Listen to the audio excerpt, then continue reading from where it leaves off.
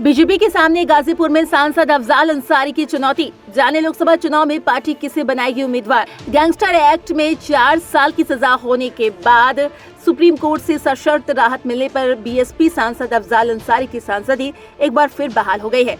29 अप्रैल 2023 को lower court से सजा होने के बाद लोकसभा सचिवालय ने उनकी संसद सदस्यता निरस्त कर दी थी।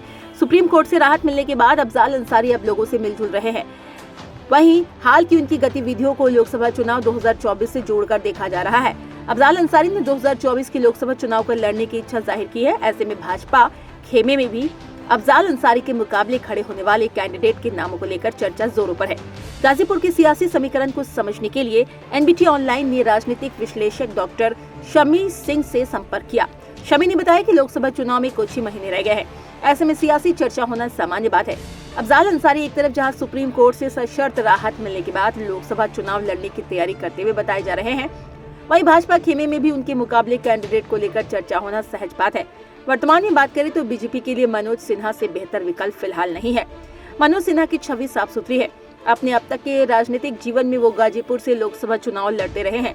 इसके साथ ही एनडीए एक के कार्यालय के दौरान वो केंद्र सरकार के 2 महत्वपूर्ण मंत्रालयों का काम संभालते हुए गाजीपुर में कई विकास से जुड़े काम भी करने के लिए जाने जाते हैं। केंद्र सरकार की ओर से दी गई उनकी वर्तमान जिम्मेदारियों को भी काफी सराहा जा रहा है। जम्मू कश्मीर में धारा 370 हटाए जाने के बाद वो कुशल प्रशासन के तौर पर उभर कर सामने आए हैं। पार्टी की ओर से अगर मनोज सिन्हा को कैंडिडेट बनाया जाता है तो इसका फायदा बीजेपी को उनकी राजनीतिक छवि के संदर्भ में होगा। साथ ही अगर गाजीपुर में त्रिकोणीय लड़ाई होती है तो सीधे फायदा बीजेपी को मिलेगा। एक सवाल के जवाब में शमी ने बताया कि मनोज सिन्हा के बेटे अभिनव सिंह भी जनसंपर्क कर रहे हैं। विकल्प के तौर पर उनके नाम पर भी पार्टी विचार कर सकती है। ये चर्चा भी जोरों पर है कि एनडीए के घटक दल सुभाषपा के खाते में गाजीपुर संसदीय सीट डाली जा सकती है।